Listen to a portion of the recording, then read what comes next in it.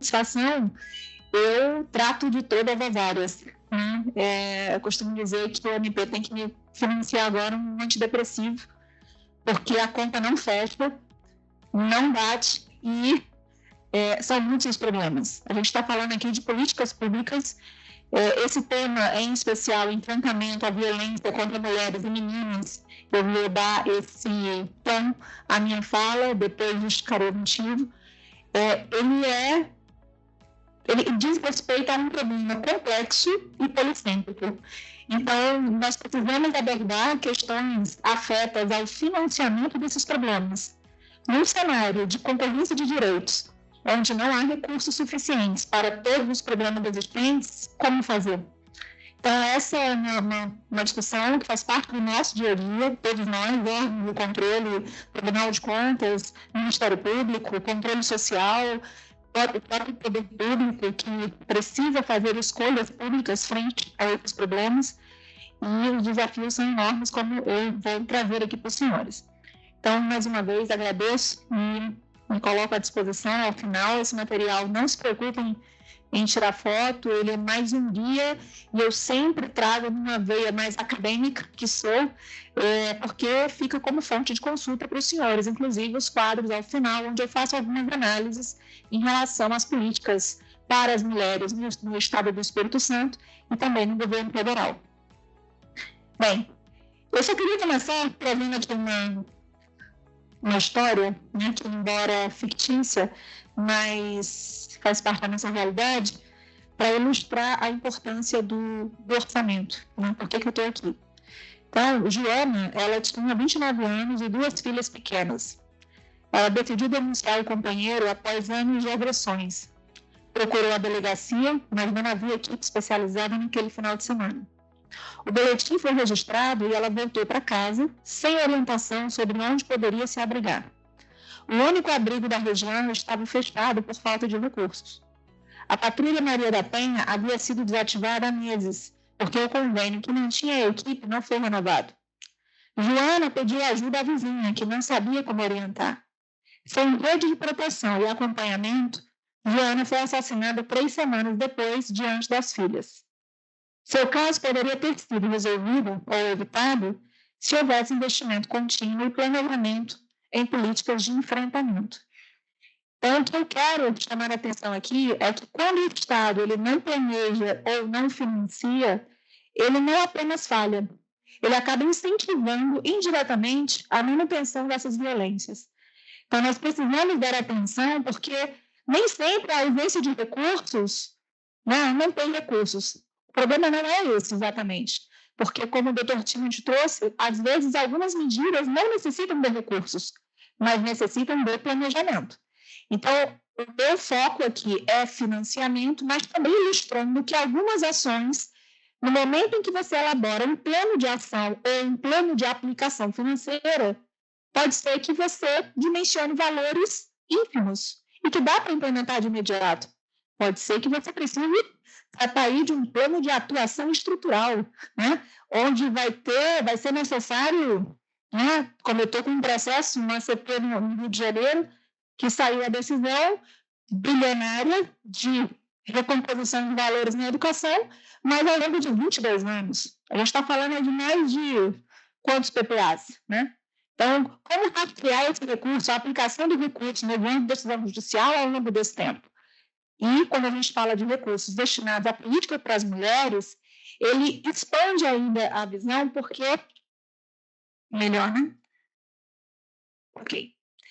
Expande ainda mais a visão, porque a gente está falando de políticas transversais, transdisciplinares, interseccionais.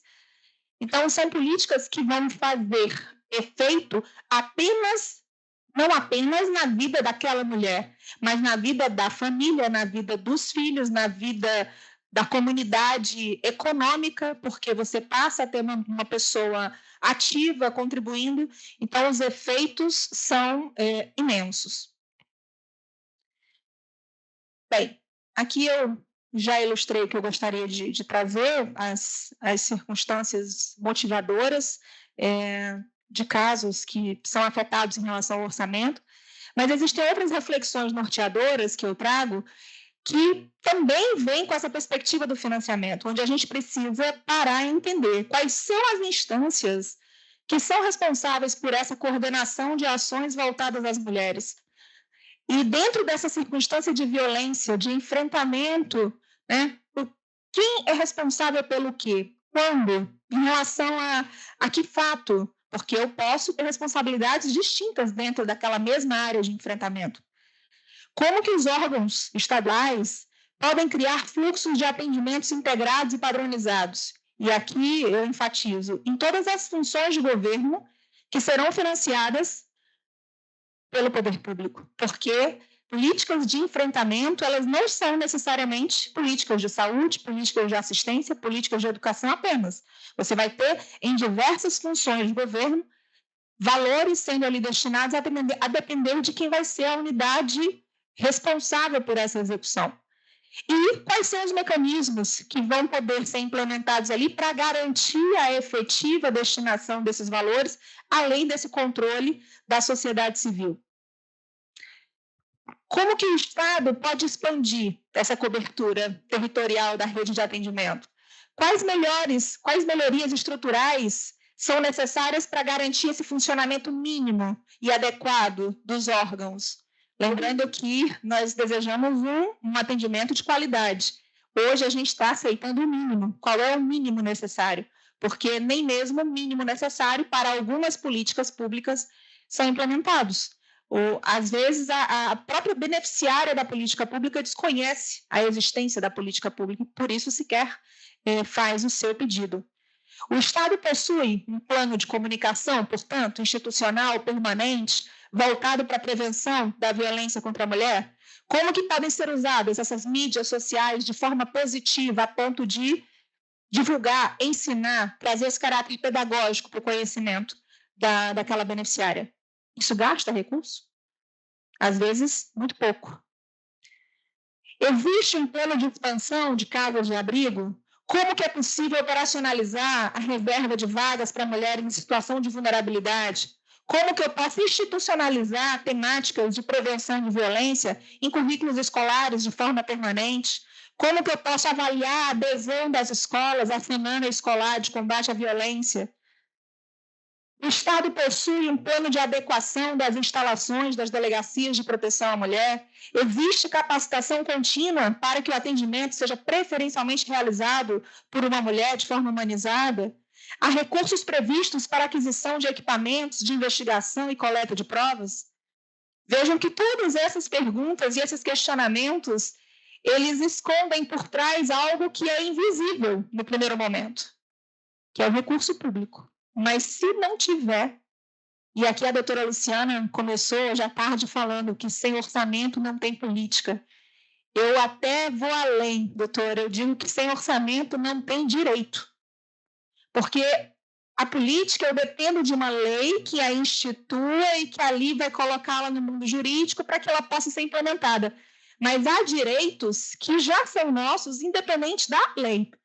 Então, quando nós olhamos para aquilo que a Constituição traz como princípios, né, basilares de proteção à vida, por exemplo, a política de enfrentamento a essas violências diz respeito a esse universo de bem jurídico. Então, eu costumo ainda categorizar as políticas públicas dentro de critérios de prioridade. E dentro dessas prioridades, crianças e adolescentes, pessoas idosas, né, o próprio 227 na Constituição assegura essa prioridade absoluta para crianças e adolescentes. Para crianças na primeira infância, de 0 a 3, e para idosos acima de 80, há uma super prioridade. Karine, mas eu não estou entendendo. A pauta aqui é direito financeiro, é orçamento ou direito constitucional? Vejam que isso tudo é orçamento público.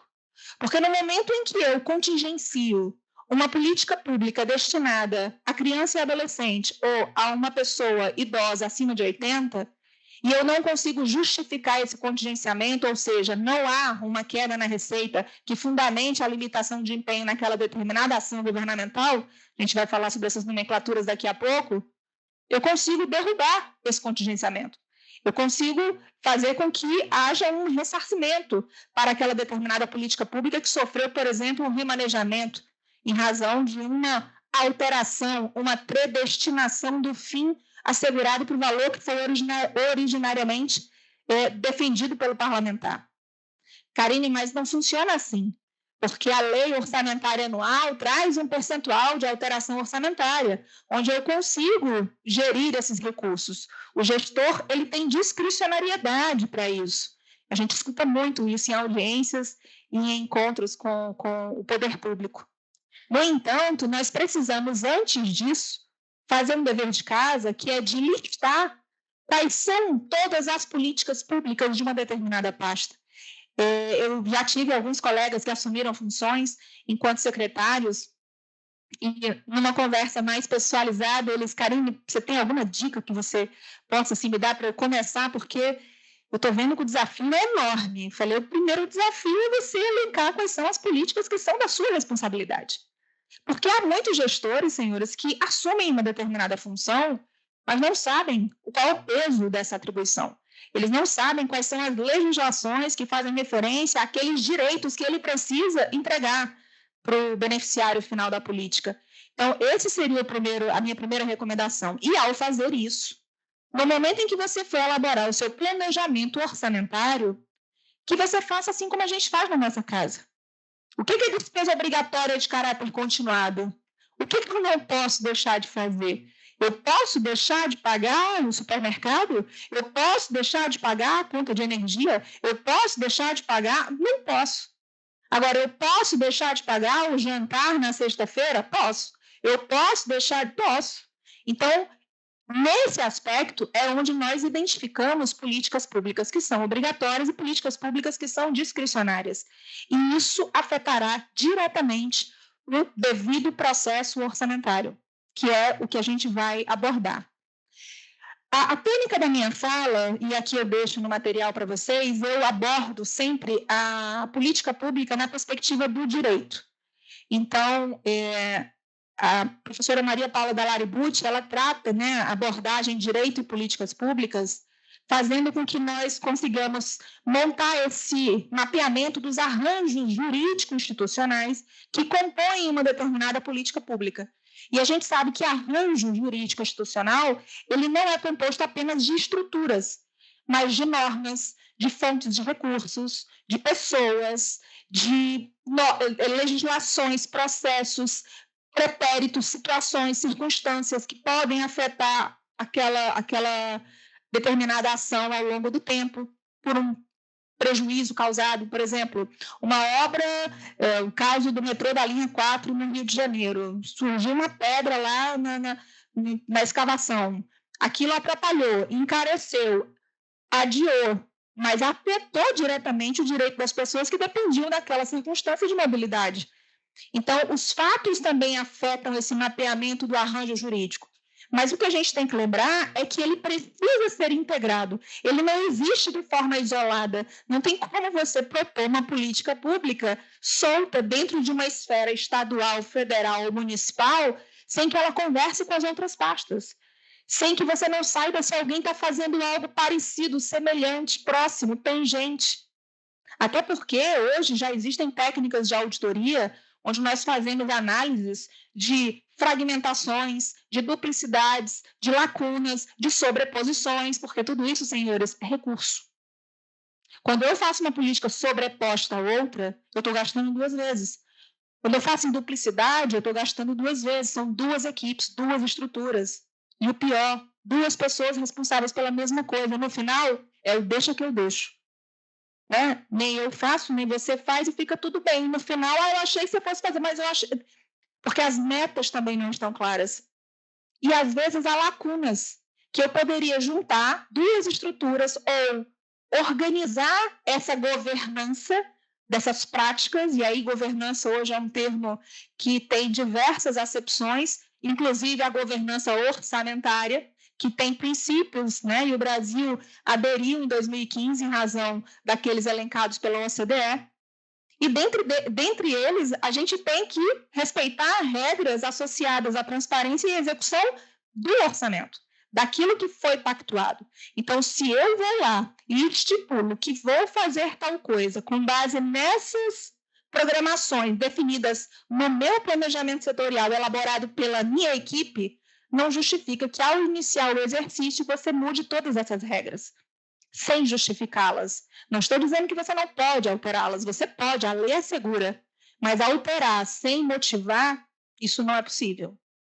E no direito, nós temos os atos administrativos que exigem todos aqueles atributos de competência, finalidade, forma, motivo e objeto. No campo do direito financeiro, da mesma forma, você vai ter que ter a motivação que justifique um possível contingenciamento ou um determinado remanejamento, mudando, inclusive, a finalidade dentro da sua própria estrutura para o valor que você antes decidiu que, exemplo, compraria ar-condicionado, mas agora quero comprar impressora. Você pode fazer essa alteração. E aí, dentro dessa ótica, os conceitos de abordagem, direito e política pública e dos mapeamentos, eles existem para isso, para identificar os vínculos que são frágeis, desde a formulação e a execução da política pública, diagnosticar qualquer desconexão entre deliberações e normatividades e mapear os atores e as instâncias decisórias que são capazes de propor melhorias institucionais. E é óbvio que todas elas existem em prol do direito, daquele melhor resultado, melhor atendimento para o beneficiário ao final. Nesse roteiro, onde a gente avalia uma política pública, é importante entender todos os fatos e atos jurídicos ali praticados. Então, os documentos, as pessoas, os atores envolvidos, as motivações, os efeitos esperados, os efeitos obtidos, quais são as instituições em movimento. E aqui eu chamo a atenção para a necessidade de que os órgãos de controle, né, todos nós, controle interno, externo, social, judicial, que a gente lembre que a Constituição foi alterada lá no seu artigo 65, parágrafo 16, no capítulo que trata de orçamento, exigindo que no momento de elaboração dos orçamentos você leve em consideração os resultados dos monitoramentos e das avaliações das políticas públicas. Agora, o que é monitorar e avaliar uma política pública? Essa definição, ela não está na Constituição. Mas, para quem atua na administração pública, nós sabemos que existem diversas publicações abordando essas metodologias, né? O método ex ante, ex post, durante o processo de implementação, você ali tem que seguir regras que vai fazer com que você acompanhe indicadores, e esses indicadores definidos no momento do planejamento precisam demonstrar o que você fez com o que você disse que ia fazer. Afinal, quando você programa, um exemplo, construir 3 escolas, cada escola custa 1 milhão, portanto, você tem autorizado 3 milhões, não justifica que, ao final, você gaste 5 e entregue 1 ou 2 escolas. E isso acontece. Não estou dizendo que não é possível que essa escola tenha havido alguma questão que encareceu o processo, mas que haja justificativa que comprove que antes era 1, mas agora, em razão disso, ficou tanto.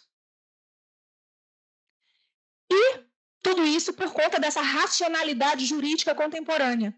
Então, quando a gente olha para o direito financeiro, para o custo das ações, para a programação de medidas necessárias para garantir todos esses direitos de todas as leis que foram mencionadas aqui, em todas as proposituras anteriores, o direito ele tem que trazer uma forma de implementar.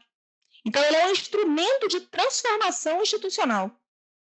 E isso vai acontecer por meio de práticas, sob a responsabilidade de pessoas, dentro de um determinado local, dentro de um momento, porque não há como esperar. Existem políticas públicas que você pode dizer, não, eu tenho a intenção de fazer uma ponte que vai ligar Rio de Janeiro a Niterói. Né? Façando de conta que essa ponte não existe ainda. Eu tenho recurso suficiente para isso? Pode ser que no momento eu tenha que manter a barca. Não tem recurso para ponte. Eu estou tendo problema de outras coisas. No Rio hoje gastamos mais com segurança pública do que com saúde. Não sei se vocês sabem disso. Então, é só para a gente entender que existem escolhas públicas que devem ser feitas no momento de alocação orçamentária. E a depender do recurso, da natureza desta fonte, eu posso ou não fazer despesas. E eu sempre falo, né, dou aula em escolas de governo, o bom gestor, ele sabe justificar para o cidadão o que ele vai fazer e o que ele não vai fazer. E por que ele não vai fazer. Quando ele fundamenta, ele traz uma confiança, uma segurança e uma credibilidade naquela gestão, Porque a pessoa que está do outro lado pensa e diz, ele sabe o que está fazendo. Ele está agindo de forma responsável e transparente. Expressões da nossa lei de responsabilidade fiscal. Agora, quando ele sai num palanque, prometo, implemento, ou vou alocar tanto valor para determinada política pública. Eu não sei se sou porque sou um pouco cética ou porque sou auditora, mas eu gosto de evidências, né? Então, é por isso que eu sempre vou atrás do dinheiro. E aí a gente vê que, às vezes, quem muito diz, pouco faz. E aquele valor, todo que foi alocado, de fato foi alocado. Mas, pasme, começou o exercício, eu vou lá e bloqueio tudo, ou, pior, eu retiro tudo. E aí você observa políticas públicas que, por anos consecutivos, têm um percentual de execução que não chegam a 7%. Então, você aloca e não destina, aloca e não destina. Qual a intenção? Inclusive, há doutrinadores, né, que falam da sociedade da confiança, Pierre Rosanvallon. Você está enganando a pessoa ao dizer que vai fazer alguma ação governamental, inclusive gerando uma expectativa de direito. Só que depois, esse direito não é implementado, porque alguém foi lá e retirou o recurso. Dentro dessa ótica, nós temos aqui, e aí, assim, entrando, né, eu estou abrindo em camadas a nossa discussão financeira. Nós temos obrigações postas, então, o Pacto Nacional de Prevenção aos Feminicídios, e aí vamos encontrar também o enfrentamento às violências contra a mulher, vamos encontrar questões postas em várias legislações esparsas, como o doutor Timothy trouxe muito bem aqui, questão da cirurgia plástica, questão da arcada dentária, questões de abrigamento. Para todas essas medidas, ações governamentais estão por trás, que, como eu disse, terão a responsabilidade de alguém em algum determinado momento sobre o custo de algum valor determinado. O ponto é, qual é a origem desses recursos? E aqui eu trouxe como exemplo o decreto 11.640, que vai trazer os eixos estruturantes dessa política, né, no âmbito federal, incluindo prevenção primária, secundária e terciária, e prevê que as despesas decorrentes da sua implementação correrão à conta das dotações consignadas, responsáveis pelas ações, respeitando a disponibilidade financeira e orçamentária. Então, é muito comum nós encontrarmos expressões como essa em legislações que tratam de políticas públicas, que, no final, o que isso quer dizer? Quer dizer que, se não tiver recurso, não vai ter política. Não há nenhuma obrigatoriedade. Porque, no final, existe um total de recursos que a gente, né, usando aqui uma expressão mais, a gente entrar fica na mesma página, os recursos públicos, eles têm nome e sobrenome. Né? Quando a gente fala de a receita caiu, a receita do Estado caiu, isso é gênero. Que receita caiu? É muito comum ouvir isso, né? Principalmente dos órgãos fazendários, né? Vocês que são gestores, quem é gestor aqui, e aí amanhece o dia e descobre que o orçamento da sua pasta foi todo contingenciado. E aí escuta da fazenda que a receita caiu, por isso que a gente contingenciou. Quem é meu aluno já sabe as perguntinhas todas que tem que fazer. Peraí, que receita que caiu? Qual foi a fonte? Porque as minhas fontes aqui são as fontes A, B, C, D e E. Eu estou vendo aqui que a fonte A, B, C, D e E não teve nenhuma insuficiência de arrecadação. Pelo contrário, a C e a D teve excesso de arrecadação. Eu poderia até abrir um crédito adicional, suplementar. Então, a gente precisa entender esses conceitos, e principalmente no âmbito jurídico, porque na pandemia, trabalhei, né, igual uma louca, de tanta demanda, e era muito comum os promotores, cara, onde é que tem dinheiro? Eu falei, gente, eu não sei mais onde é que tem, mas eu preciso entender de que recurso a política pública trata. Porque, muitas vezes, o fato de ter recurso disponível nesta fonte não me autoriza o gasto para determinado fim, porque esta fonte não se destina àquela finalidade. Já em outras circunstâncias, eu posso ter fontes de recursos, naturezas de recursos, que podem custear qualquer despesa. Então, no momento em que eu projeto uma despesa para a sociedade, eu preciso dizer qual será a fonte, sob pena desta política pública ser inócua. E a gente vê muito isso. Processos legislativos que são elaborados sem qualquer responsabilidade social, porque você cria uma expectativa de direito naquela pessoa que precisa daquela solução, proposta de solução, mas ela não é implementada. Com muita frequência, nós recebemos denúncias de gestores, de cidadãos, falando, olha, determinada lei foi votada, tem 4 anos, 5 anos, nunca foi implementada. E aí, quando a gente vai ver, trata-se de um fundo público que foi criado sem dizer qual a origem do recurso que ia compor esse fundo. E, detalhe, o fundo sequer existia no orçamento público daquele ente público. Eu falei, desculpe, senhor, essa política nunca será implementada. Ah, eu vou imprimir, então vou colocar no quadro e vou levar lá para o deputado. Falei, ou você pode fazer diferente. Você pode chegar e dizer assim, olha só, percebi que esqueceram de mencionar a fonte de recursos da política. Vamos alterar, inserir aqui um artigo dizendo de onde vai sair o recurso que vai custear essa política pública? E assim foi feito. A política passou a ter, eficácia. Agora sim ela pode virar uma unidade orçamentária na estrutura desse ente público e, a partir dali, poder começar a executar recursos. Porque aí ela poderá receber e ela poderá gastar. Até então, ela não tinha origens de recursos. E isso acontece com muita frequência, por erros na redação da criação dessas políticas. E no caso do enfrentamento, nós ainda temos aqui a obrigatoriedade posta em relação ao plano de metas sobre um conteúdo mínimo de obrigações que devem ser ali inseridas. Esse conteúdo mínimo de obrigações, para que eles existem?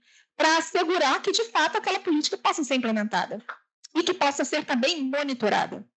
Então, você vai ter ações que precisam existir de forma integrada com todos os setores envolvidos, disciplinando a temática, mas também fazendo com que haja um treinamento continuado, inclusive isso é condição para receber recurso do governo federal, expansão de delegacias, priorizando regiões geográficas mais carentes, programas de monitoração eletrônica de agressores e rastreamento portátil para vítimas, reeducação e acompanhamento psicossocial de agressores, implementação da Lei 14.164 de 2021, que vai trazer do conteúdo de prevenção à violência nos currículos da educação básica, inclusive promovendo a Semana Escolar de Combate à Violência, ampliação de horários de atendimento dos INLs e órgãos da rede, campanhas educativas permanentes, qualificação continuada dos profissionais envolvidos, ações de articulação das redes e outras ações necessárias à prevenção e atendimento humanizado.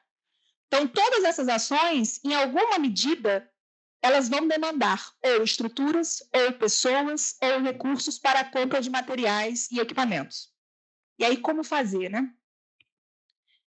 No momento em que você formula uma política pública, e aqui eu não vou ficar ensinando isso, porque é capaz de vocês me darem aula sobre formulação de políticas públicas, mas de forma muito didática, né, isso aqui é para ficar com vocês, a gente sempre parte de um problema social, na intenção de resolver o problema social. Então, o contraponto do problema é a solução para o problema. Logo, não adianta você propor uma política que não resolve o problema. Você pode até mitigar o problema. Parei no meio do caminho. Não consigo resolver, mas eu vou aqui amenizar os efeitos. Eu vou reduzir o impacto social. Aí você implementa. Mas é preciso ter essa justificativa desse projeto do problema maior para um problema menor, ou do problema existente para o problema inexistente. Tudo bem? A partir disso, no momento em que eu identifico o problema e que eu quero isolar esse problema, ou reduzi-lo, eu vou ter que dizer o que eu vou fazer. De que forma eu vou fazer? Quando eu vou fazer? Quanto custa o que eu quero fazer?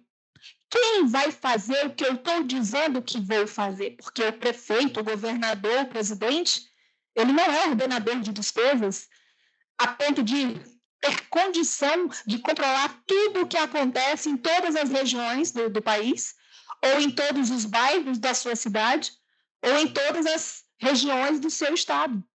Então, ele precisa, de forma a gerir melhor à máquina pública delegar essas funções. Por isso que existem os ministérios, existem as secretarias, e cada pasta com a sua função, a sua atribuição, que será temática de acordo com a sua finalidade. Tudo bem? Então, entendam que o recurso público ele caminha muito próximo desse modelo de programação da política pública.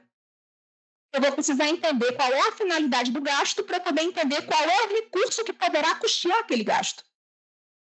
Logo, se eu tenho uma política que trata de atenção básica na saúde, e eu identifico que a finalidade dessa política é promover esse serviço de atendimento na área da saúde, esta política não pode ser custeada, por exemplo, com o recurso que eu tenho disponível de Fundeb. Porque a finalidade da política é distinta da natureza do recurso. Então, compreendam que o mais importante quando você projeta uma política pública é dimensionar quanto que eu tenho de recurso para custear cada política pública. E aqui eu abro um parênteses enorme. Por quê? Porque uma política pública representa uma ação governamental. Então, nesse momento que eu vou implementar a política, e eu já tenho ali a prática, o ato que vai me dizer o que vou fazer para resolver tal problema, esta mesma ação, ela pode ser praticada por uma pessoa, 2 pessoas ou todas as pessoas. Por exemplo, dentro da administração pública, nós temos ações governamentais que são classificadas na função de governo, administração, ou na subfunção administração geral, que é como eu classifico despesas para manutenção do custeio da máquina pública, que todas as estruturas da administração pública terão essas práticas. Porque a Secretaria de Educação precisará manter as suas ações, saúde da mesma forma, Ministério Público da mesma forma, Tribunal de Contas da mesma forma. Então, essa é uma política pública existente em todas as áreas, praticada por todos, podendo, inclusive, para a mesma codificação na estrutura da programação orçamentária. Agora, se eu trato de uma política pública que diz respeito a abrigamento de crianças em situação de abandono, essa já é uma política pública que dificilmente você vai encontrar uma Secretaria de Desenvolvimento Econômico praticando essa política, porque é incompatível com a atribuição daquele órgão. Mas poderia ser praticada por uma estrutura da assistência social, por uma estrutura que seja específica de criança e adolescente, como muitos estados hoje já possuem essas estruturas. Então, entender a implementação da política demanda que você compreenda qual é o teu universo de atribuições, quais são as alternativas que eu tenho, para que você possa tomar decisões mais responsáveis, inclusive olhando para o quanto que eu tenho de recursos para fazer aquilo que eu quero fazer. Porque pode ser que você não consiga fazer tudo que você quer no mesmo ano. Você precisa fracionar isso ao longo dos anos. Mas justifique, inclusive de forma coletiva, por meio de audiências públicas, promovendo essa comunicação com a sociedade, com o beneficiário da política pública, para ele entender e contribuir nesse processo alocativo. Porque pode ser que numa audiência pública você diga, olha, pensamos nessa estrutura, sobre estas justificativas, considerando que temos estes valores, não serão entregues tais serviços este ano, por causa disso. Existe alguma alteração que vocês querem propor? Carinho, mas isso é muito problemático. Você vai abrir isso para todo mundo? Senhores, isso é feito por meio de consulta pública, formulário eletrônico, você dimensiona isso de forma estatística, a ponto de justificar a sua decisão. Isso, para um gestor que se preocupa com as escolhas, com o valor que ele está alocando, é muito vantajoso, porque tem um peso, um custo político positivo muito forte. E depois que você desenha essa política, implementa, aí você entra na fase da avaliação. Essa fase da avaliação ela é muito importante, porque ela não só define se a política morre ou se ela permanece. Lembrando que uma política morrer, senhores, é muito bom. Sinal de que o problema acabou. Porque a política só existe quando o problema existe. propus uma solução, acabou o problema, não tem mais por que essa política continuar, a não ser que ela precise existir para fazer com que esse problema não retorne. Exemplo, vacina. Retira a vacina e o problema vai voltar. Aí você vai continuar tendo que... Então, a depender da circunstância, a política pode deixar de existir. Nós temos vários exemplos de políticas que existiram, mas hoje elas não têm mais sentido de existir. No entanto, há outras políticas públicas, senhores, que elas não podem deixar de aparecer no orçamento. E ainda assim, vez ou outra, elas são descontinuadas, sob nenhuma justificativa. Quando você descontinua uma política pública de caráter obrigatório, portanto, constitucional, legal, muitas vezes até por determinação judicial, uma ação governamental é retirada do orçamento, e aí você tem ali um TAC homologado ou uma decisão em fase de execução, que você procura no orçamento, cadê a ação que vai puxar essa medida? Não existe mais. Pergunto, como que essa medida será executada? Não será. E aí, eu já tive algumas circunstâncias onde o promotor falou, Karina, mas então aqui é possível aprovar o dolo? Falei, claro, em termos orçamentários, ele é altamente objetivo, porque existe um responsável pelo planejamento. Ele toma ciência do valor que ele precisa destinar para o cumprimento de determinada medida, determinada decisão. Chegou no processo alocativo, ele, por vontade própria, retira do planejamento. Outra coisa sou eu enviar para a fazenda e, no momento da consolidação, retirar o valor. Agora, no momento em que eu envio meu planejamento setorial, eu já retiro aquela ação governamental. Existe aqui vontade comprovada de que eu não quero cumprir essa medida neste exercício? Existe. Então, em termos de financiamento, a avaliação da política pública ela será capaz de trazer diversas evidências. Evidências em relação aos indicadores, evidências em relação aos responsáveis, evidências em relação à existência da política pública, evidência em relação ao custo da política pública. Você quer construir 3 escolas, cada escola custa 1 milhão, você aloca 10 milhões. Para quê? É por isso que não temos ainda sistema de custos implementado no Brasil. Você não consegue hoje dimensionar quanto custa, acredito que busquei esse estudo, mas não encontrei. Quanto que custa uma pessoa atendida numa delegacia de proteção à mulher? Quanto que custa uma mulher numa casa de proteção de abrigo? Quanto que custa um adolescente atendido num DEGASE da vida, num tratamento de medida socioeducativa, de privação ou restrição de liberdade? Quanto custa um leito de hospital de alta complexidade? Nós não temos, porque não conseguimos isolar ainda, e isso é muito complexo, porque os custos não são só fixos e, portanto, divisíveis. Existem custos diretos, indiretos, fixos, variáveis. Então, é preciso fazer essa composição, mas é preciso rastrear e entender a dimensão do que eu estou propondo fazer frente ao que eu posso gastar. Até para que eu possa dizer, essa meta eu não vou entregar, porque não é possível. Esse valor que está disponível para a minha estrutura enquanto secretário, eu não vou fazer. Não é suficiente, é adequado para o que você, promotor, está me pedindo. Eu já presenciei uma situação dessa. E eu falei, de fato, não peça. Você não pode pedir para ele ultrapassar esse valor, porque senão você está pedindo para ele cometer um crime fiscal. Realizar uma despesa que não foi autorizada na lei. O teto dele é esse. Lembrando que a lei orçamentária, ela prevê receitas e ela fixa despesas. Portanto, eu não posso ultrapassar o valor que está lá autorizado. O que eu posso é promover a operação. Em 3 milhões, precisa de 5 milhões. Altere, avalie dentro da sua estrutura políticas discricionárias, que você, portanto, poderia promover o remanejamento e leve 2 milhões para aquela que precisa ser executada de forma obrigatória. Isso a gente pode fazer. Agora, execute acima de 3, não posso. Isso é muito importante. E nessa discussão, o financiamento de direitos, ele também precisa se preocupar com a natureza do direito que a gente está discutindo.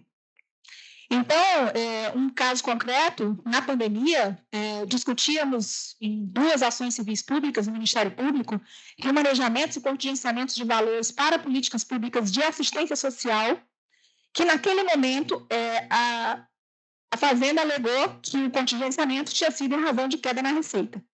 Só que ao fazer esse exercício de isolar a fonte de recursos que custeava aquela determinada ação governamental, a gente viu que, na verdade, tinha tido excesso de arrecadação. porque havia recebido recursos transferidos da União. Então, você já não tem o argumento do contingenciamento. Primeiro ponto. Segundo ponto. Façamos de conta, inclusive esse foi um argumento que nós usamos na audiência, que a receita tivesse caído 30%. O que seria razoável e proporcional? Que você contingenciasse aquela política pública em 30%. Mas não, 100% da política foi contingenciada. Segundo ponto. Terceiro, considerando que esta política sofreu 100% de contingenciamento, numa realidade que a fonte de recursos dela não caiu, na verdade teve acréscimo, 20 e poucos por cento, teve acréscimo. Todas as outras políticas também sofreram contingenciamento ou teve alguma política que recebeu créditos adicionais? Sim, outras políticas tiveram créditos adicionais. E ao olhar as outras políticas, a gente observa que a natureza de algumas era políticas classificadas na função de governo na agricultura. Não estou dizendo que a agricultura é mais ou menos importante do que a assistência social. Mas eu estou dizendo que, se a assistência social, uma política que é de manutenção da dignidade da pessoa humana, sofreu um bloqueio de 100%, não justifica que você acrescente 70% numa ação governamental que, neste momento, no cenário em que vivemos, receba créditos adicionais. Não se justifica. Isso a gente consegue enxergar por meio do orçamento. E é preciso entender de que direito que a gente está falando. Se é um direito prioritário, se é um direito super prioritário, se é um direito discricionário, ou se nem é um direito. É uma vontade política. É um interesse pessoal. E aí, senhores, nessa circunstância, nós entramos num cenário muito difícil. Não que o direito financeiro seja difícil. Alguém falou que era difícil no começo. Não é. Ele é complexo. Mas ele não é difícil. É muito comum ouvir dos alunos, inclusive, eu gostaria até de falar, né, que o Donato Moutinho está aqui, também conselheiro do Tribunal de Contas do Espírito Santo, colega, doutor em Direito Financeiro. É muito comum a gente ouvir que, nossa, parece que eu aprendi um outro idioma. Porque esses números agora estão fazendo sentido. Eu estou começando a entender exatamente o que está acontecendo. E é uma felicidade imensa quando a gente percebe que os alunos, promotores, inclusive, já estão nesse nível de discussão. E dentro dessa ótica, nós observamos algumas medidas relacionadas ao cumprimento do plano de enfrentamento às violências contra a mulher e meninas, que a gente precisa dar atenção, especialmente em relação às classificações desses recursos. E aí, assim, alguns aspectos que eu vou trazer que me chamaram a atenção ao estudar, para conversar com vocês, é que o próprio Nacional de Segurança Pública, ele prevê um percentual, no mínimo 5% dos recursos serão empenhados para ações de enfrentamento da violência contra a mulher. Além disso, para que haja essa destinação, nós precisamos cumprir, né, outras obrigações, como a manutenção de conta específica, como a questão de você elaborar um plano de ação e um plano de aplicação, com ações condizentes com o plano de enfrentamento às violências.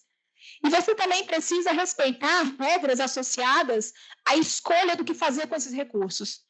E aí, lembrando que quando falamos de políticas públicas que são decididas de forma colegiada, é importante que haja a estrutura de um conselho.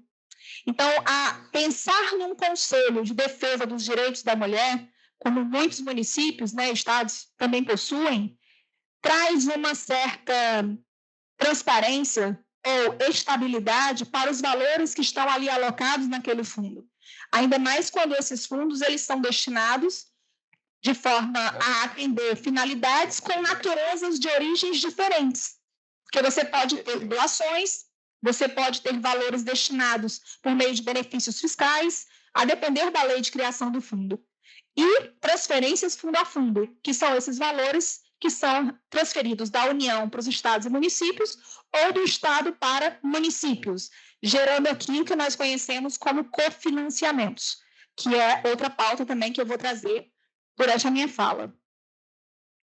Então, senhores, nesse universo de governança orçamentária, como eu disse, sem orçamento não há direitos. Mas sem governança orçamentária, o orçamento também não se traduz em proteção. Então, dentro disso que nós temos diretrizes, inclusive, elaboradas pelo CNJ, pelo CNMP, inclusive em relação ao controle e acompanhamento desses recursos. A recomendação 116 de 2025 traz para os ministérios públicos essa orientação de controlar os valores repassados do Fundo Nacional de Segurança Pública para os estados. E dentro desse controle, nós temos aqui a fatia do controle do enfrentamento às violências contra a mulher. A recomendação de caráter geral número 3 de 2025 também vai trazer essa necessidade dos ministérios públicos fortalecerem a atuação nessa preocupação de implementação dessas ações. Logo, traz a necessidade de identificar quais são as ações, porque hoje esse é o nosso momento. Nós sequer sabemos quais são todas as políticas que estão sendo destinadas para o enfrentamento no sentido de metas definidas com indicadores objetivos. E aí, riscos e desafios, dentro de diagnósticos que eu tive a oportunidade de conhecer, e aqui parabenizo publicamente a auditoria realizada pelo Tribunal de Contas do Espírito Santo, que li na íntegra, relatório, parecer, anexos, tudo. A auditoria realizada também pelo TCE de Santa Catarina, também riquíssima em relação ao combate às violências contra a mulher. Todos esses documentos depois eu posso disponibilizar. E o TCU também fez uma auditoria falando sobre o levantamento de ações relacionadas a essas práticas, salvo engano, sob o pedido do Congresso Nacional, para entender quais eram as políticas que estavam sendo implementadas de combate ao feminicídio. E aí, o que eu encontrei de comum, né, em todos esses achados e determinações e recomendações dos tribunais de contas? A gente observa que as metas e indicadores eles estão inadequados, que existe uma inobservância dos resultados, poucos indicadores são institucionalizados, muitas metas não são específicas, nem mesmo são mensuráveis, não há planos para monitoramento nem reorientação da aplicação financeira quando há saldo, né, superávit financeiro, ausência de base de dados unificada, informações permanecem isoladas, prejudicando a formulação de políticas públicas baseadas em evidências.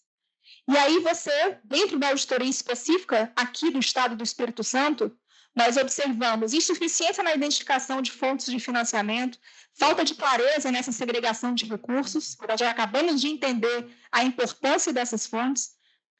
Apesar da criação da secretaria, muitos gastos de programas e ações em diversos órgãos não possuem identificação clara dessas entregas. Eu acho que é o microfone aberto. Não. Essa daí? Não.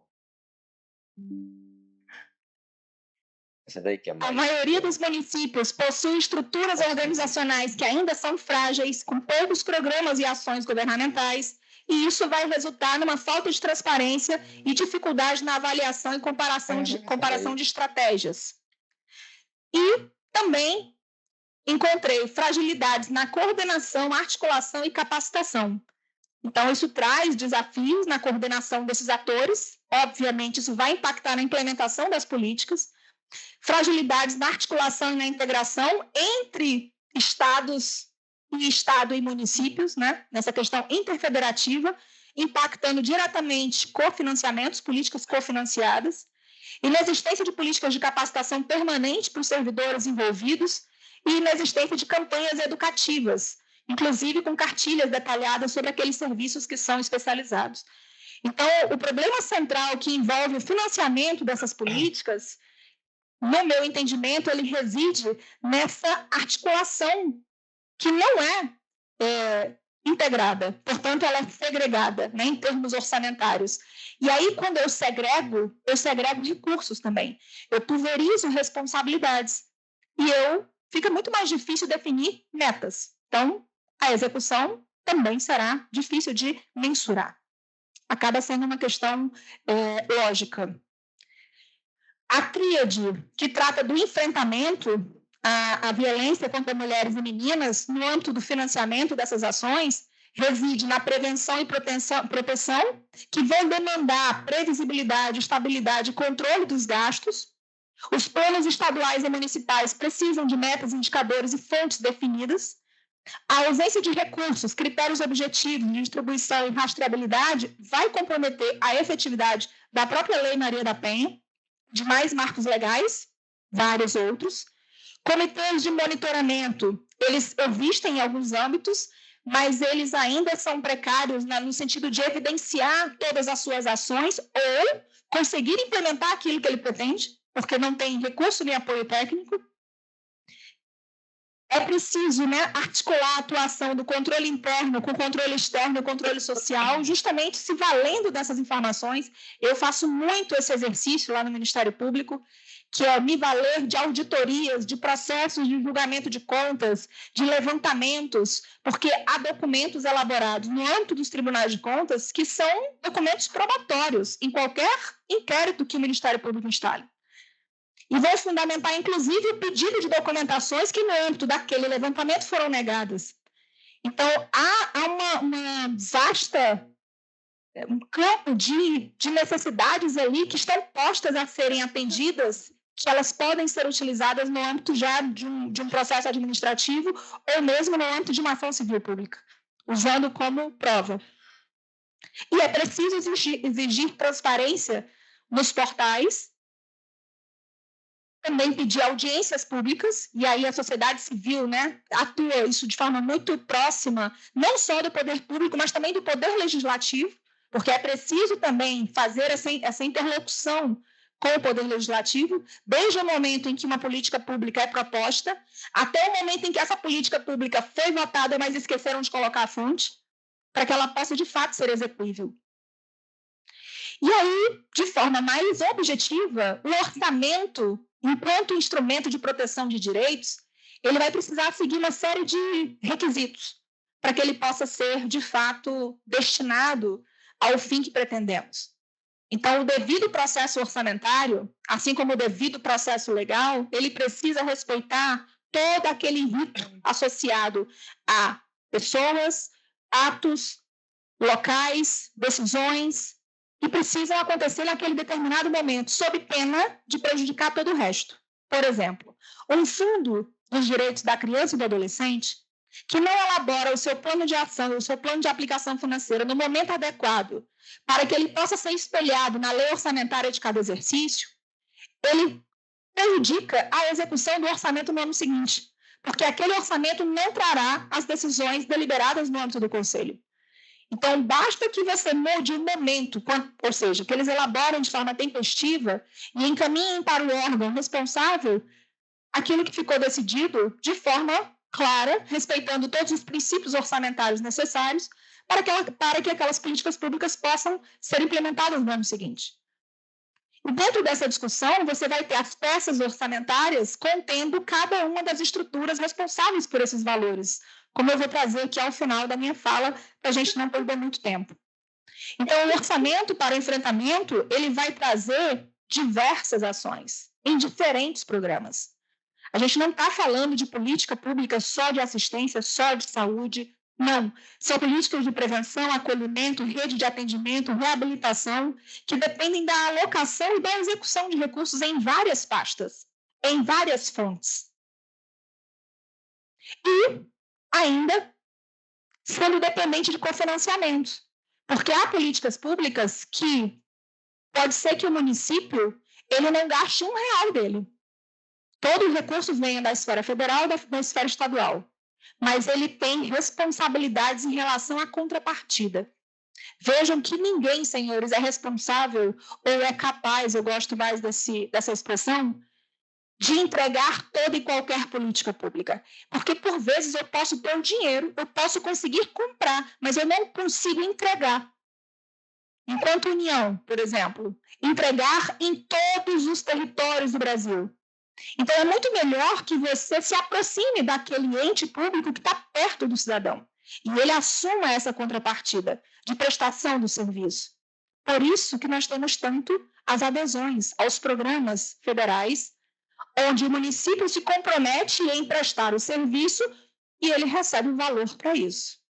No entanto, quando isso acontece, e é por isso que eu falava com a colega do Tribunal de Contas do Espírito Santo, logo mais cedo, que eu tenho estimulado muito as promotoras e os gestores também a elaborarem matrizes de risco em relação a políticas públicas que são mais complexas. Por quê? Porque numa circunstância dessa, onde o município depende do recurso da União para implementar uma ação governamental na sua região, e esse recurso não chega, nossa. E esse recurso não chega, ele fica numa situação muito delicada. Tivemos agora diversas ações sendo instauradas no âmbito do Estado do Rio de Janeiro, por conta de políticas cofinanciadas no âmbito do Estado, onde alguns municípios receberam 725% a mais do que outros municípios, enquanto outros estão há 2 anos sem receber. Isso é um pouco difícil de entender, né? Logicamente, mas os números, e é por isso que eu gosto tanto de direito financeiro, porque eles estão ali, estão postos. Então, no âmbito judicial, será possível provar o que houve. Mas se houve uma pactuação e todos os municípios, por meio de decisões deliberadas, no âmbito dos conselhos de saúde, no âmbito das comissões de intergestores bipartite, as comissões CIB, você criou ali no município uma expectativa. E ele se organiza todo na execução das suas ações, contando com aquele valor. Quando esse cofinanciamento não chega, alguns prejuízos podem acontecer, como, por exemplo, aconteceu. Fechamento de hospital-maternidade, inclusive em local que afeta a região próxima. Olha o efeito disso. E aí aqui eu abro outro parênteses para lembrar que despesas de hospital-maternidade, senhores, são despesas que, em tese, não poderiam nunca ser contingenciadas. Por quê? Falei isso hoje mais cedo. Porque hospital-maternidade é uma política pública destinada a crianças de 0 a 3 anos. Portanto, são políticas super prioritárias. Se você quer contingenciar, você precisa me provar que todas as outras políticas que são custeadas com aquela mesma fonte de recursos já sofreram as consequências e agora sim você está bloqueando essa. Mas não. Outras tiveram crédito adicional, enquanto essa foi contingenciada. Por que motivo? Então, essa é uma pergunta que a gente faz. E aqui, senhores, eu vou avançar por conta do tempo, mas depois vocês, né, vão dar uma... Quem quiser aprofundar, estudar mais, eu trago todo o detalhamento do programa de trabalho, que é como uma política pública se organiza dentro do orçamento, porque através dele a gente consegue entender quem é o responsável, qual é a política, qual é a área, qual é a sub-área, qual é a natureza da despesa, que fonte que está custeando. Cada código daquele númerozinho extenso que vocês sempre veem nos processos, ele tem um significado. Ele não existe à toa, ele não está aí por acaso. E nessa circunstância nós precisamos entender, porque na hora que eu estiver rastreando uma política de enfrentamento às violências contra a mulher, eu tenho que saber qual é o número da ação responsável por aquele financiamento. E quando eu descubro este número, eu consigo monitorá-lo, no sentido de entender o que ele está pagando frente ao que foi programado, se houve algum contingenciamento abusivo, se houve algum remanejamento, se por acaso está faltando algum credor que já foi empenhado em janeiro, ele está prestando serviço, em dezembro está em aberto, o que está acontecendo? Isso vai virar o resto a pagar. E restos a pagar é dívida. Que no longo prazo, dívida após dívida, você vai encarecendo os preços que são cobrados naquela área de atuação, vide Estado do Rio de Janeiro. E também é preciso entender que programa de governo não se confunde com programa de trabalho, que nem se confunde com programa de Estado. Quando a gente fala de uma política de enfrentamento às violências contra a mulher e as meninas, a gente está falando de uma política que é um programa de Estado, porque ela ultrapassa uma gestão. Entra um governo, sai outro, a política continua. Já o programa de governo ele tem a ver com o plano plurianual. Ele está muito associado à vontade política daquele momento em relação às intenções e aquilo que eu me comprometi com o meu eleitorado. Eu tenho 10 problemas na minha cidade, eu só consigo resolver 5. Quais são os 5 que eu vou resolver? E ali você elenca. E dentre as fontes de recursos, como eu mencionei, você pode ter recursos do orçamento fiscal, você pode ter recursos provenientes de cofinanciamento, você pode ter recursos provenientes de emendas parlamentares, você pode ter recursos provenientes de fundos, transferências fundo a fundo, exemplo do Fundo Nacional de Segurança Pública, recursos provenientes de convênios e transferências voluntárias, recursos oriundos de condenações e medidas compensatórias, que podem, inclusive, ser destinados para fundos de proteção aos direitos da mulher, e parcerias também com o terceiro setor e iniciativa privada. A gente vê muito isso, inclusive com a lei de chancela de projetos agora, onde eu posso ter contribuintes destinando diretamente para projetos selecionados destinados a criança e adolescente, por exemplo. Nessa transversalidade, nós encontramos, portanto, em várias funções de governo, políticas destinadas ao enfrentamento dos crimes contra a mulher. Então, políticas na assistência, políticas na segurança, em educação, saúde e na própria administração pública e no pagamento de encargos, quando você tem ali alguns auxílios sendo pagos para mulheres que foram vítimas. E aqui eu trago vários exemplos de ações possíveis para a prevenção e promoção de direitos, com as suas funções e subfunções de governo possíveis, medidas de atendimento e acolhimento especializado, medidas de proteção e segurança pública, medidas de responsabilização e reabilitação de agressores e medidas de gestão, monitoramento e cofinanciamento, em quais subfunções essas políticas poderiam ser classificadas.